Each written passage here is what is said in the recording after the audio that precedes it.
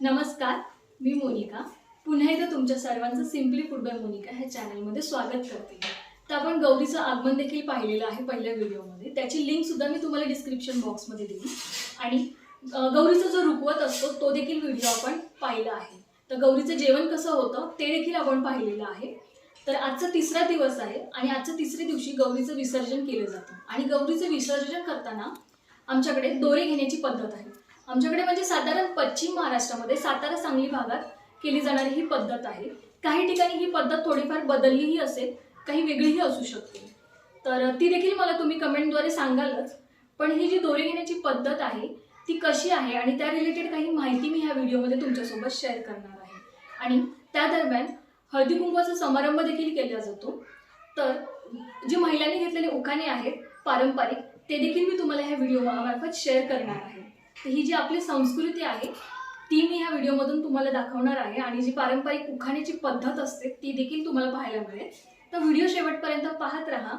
तर चला व्हिडिओला लवकर सुरुवात करूया. आणि किती जणांची पावती घेणार ते सांग आता. आणि दोरे म्हणजे काय आणि पावती म्हणजे काय ते सांग. लग्न झाल्यासाठी दोरे असतात आणि लहान मुलांना पावती असतात. अच्छा, म्हणजे ज्यांचं लग्न झाले ते त्यांचे दोरे घेतात. हां, आणि लहान मुलांची पावती. अच्छा, मग आता किती टोटल दोरे घेणार आणि किती पावती घेणार ते सांग. 5 दोरे घेणार, 2 देवाचे घेणार. अच्छा, म्हणजे असे टोटल 7 दोरे घेणार. आणि 4 पावती. अच्छा, म्हणजे जेवढी घरात लहान मुलं असतील, म्हणजे ज्यांची लग्न झालेली नाही आहेत त्यांची म्हणजे 4 मुलं आपल्या घरात आहेत तर 4 जणांची पावती होतील. अच्छा, आणि आमचे सर्व एकत्रच कुटुंबात एकत्र दोरे एक जणच घेऊ शकतो. अच्छा, म्हणजे कोणीतरी एकाने घेतले तरी चालतात एकत्र कुटुंबामध्ये, सगळ्यांचे एकत्रच घेणार. जे सेपरेट आहे त्यांनी सेपरेट घ्यायचं. अच्छा, एकत्र कुटुंबात एक जणांनी घ्यायचं. अच्छा. सुती धागा घेतलेला आहे आणि त्या सुती धाग्याचे असे 16 पदर करून एक दोर तयार करण्यात आला आहे. आणि त्या दोरमध्ये आता आपण काही वस्तू आपण त्याच्यामध्ये बांधून घेणार आहोत. तर त्याची एक एक करून गाठ बांधायची आणि त्याच्यामध्ये हळद कुंकू, हळकुंड, सुपारी, खारीक, सुकं खोबरं आणि फुलोरामधले काही जे पानं आहेत ती त्याच्यामध्ये घालायची आहेत. आणि ती गाठ बांधून त्या दोरमध्ये ठेवायची आहे. आणि अशा प्रकारे आपला दोर तयार होतो. आणि हा दोरा गौरीसमोर ठेवून त्याची पूजा केली जाते. आणि जी ओट्यात घेणार आहे तिला हळदी कुंकू लावून तो ओट्यात घेतला जातो. त्यानंतर ती महिला जाऊन देवाऱ्यातल्या देवतांना पूजा करते आणि त्यांच्या पाया पडते. आणि जे आपलं वृंदावन असतं त्यालाही नमस्कार करते. आणि त्याच्यानंतर घरातल्या इतर महिलांना प्रसाद वाटला जातो. तो प्रसाद म्हणजे भात, गूळ, तूप आणि दूध ह्या सगळ्याचं एकत्र मिश्रण केलं जातं आणि तो प्रसाद म्हणून वाटला जातो. अशा प्रकारे हे दोरे घेण्याची पद्धत सातारा सांगली भागामध्ये आहे. असं म्हणतात की हा दोरा जोपर्यंत घरातली महिला घेत नाही तोपर्यंत घरातले जे पुरुष मंडळी असतात त्यांना बाहेर जाता येत नाही. म्हणजेच कोणी व्यवसायासाठी किंवा कोणी जॉबसाठी बाहेर जात असेल तर त्यांना जाता येत नाही. त्यामुळे शक्यतो हे दोरे पहाटे पहाटे जेव्हा महिला लवकर उठून हा कार्यक्रम किंवा हा विधी उरकून घेतात, जेणेकरून कोणी इतर कामावरती जाणारे पुरुष असतील तर ते दोरे घेतल्यानंतर सहज बाहेर जाऊ शकतील. तर अशा प्रकारे ही साधारण पद्धत आहे. बऱ्याच ठिकाणी ही पद्धत थोडीफार वेगळीही असू शकते किंवा जी दोरे घेण्याची पद्धत आहे त्याच्यामध्ये थोडाफार चेंजही असू शकतो. तर तुमच्या भागात ही पद्धत कशी केली जाते ते देखील मला कमेंटद्वारे कळवा.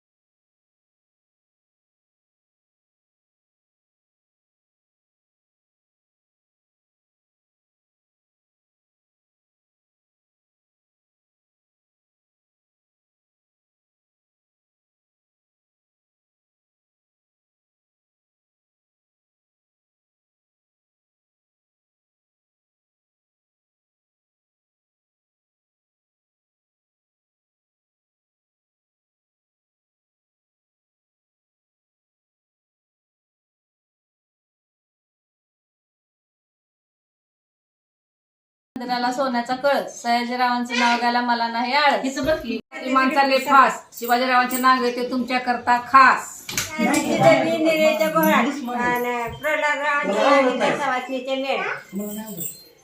चांदीचे निरंजन सोन्याच्या वाती, अशोकरावपती मी सौभाग्यवती.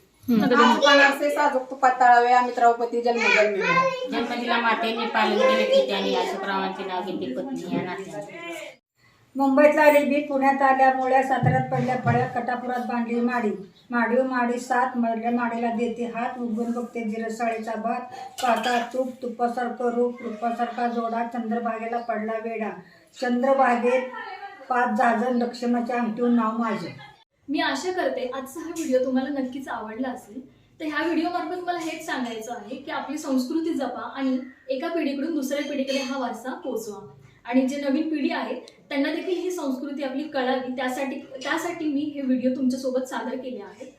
तर व्हिडिओ आवडला असेल तर लाईक करा, कमेंट करा आणि जास्तीत जास्त लोकांपर्यंत शेअर करा, जेणेकरून आपली संस्कृती ज्यांना डिटेलमध्ये माहिती नाही आहे त्यांच्यापर्यंत ही आपली संस्कृती पोचेल. मी जेवढं शक्य होईल तेवढं ह्या व्हिडिओमार्फत मी दाखवण्याचा प्रयत्न केला आहे. काही चुका झाल्या असेल तर प्लीज ते समजून घ्या. चॅनलला सबस्क्राईब केलं नसेल तर प्लीज लवकर सबस्क्राईब करा, म्हणजे असेच नवनवीन व्हिडिओज आणि नवीन काही रेसिपीज तुम्हाला पाहायला मिळतील आमच्या चॅनलवरती. आणि शेजारचं बेल आयकॉनला क्लिक करा म्हणजे नेक्स्ट व्हिडिओची नोटिफिकेशन तुम्हाला येईल. आणि व्हिडिओ पाहिल्याबद्दल खूप खूप धन्यवाद.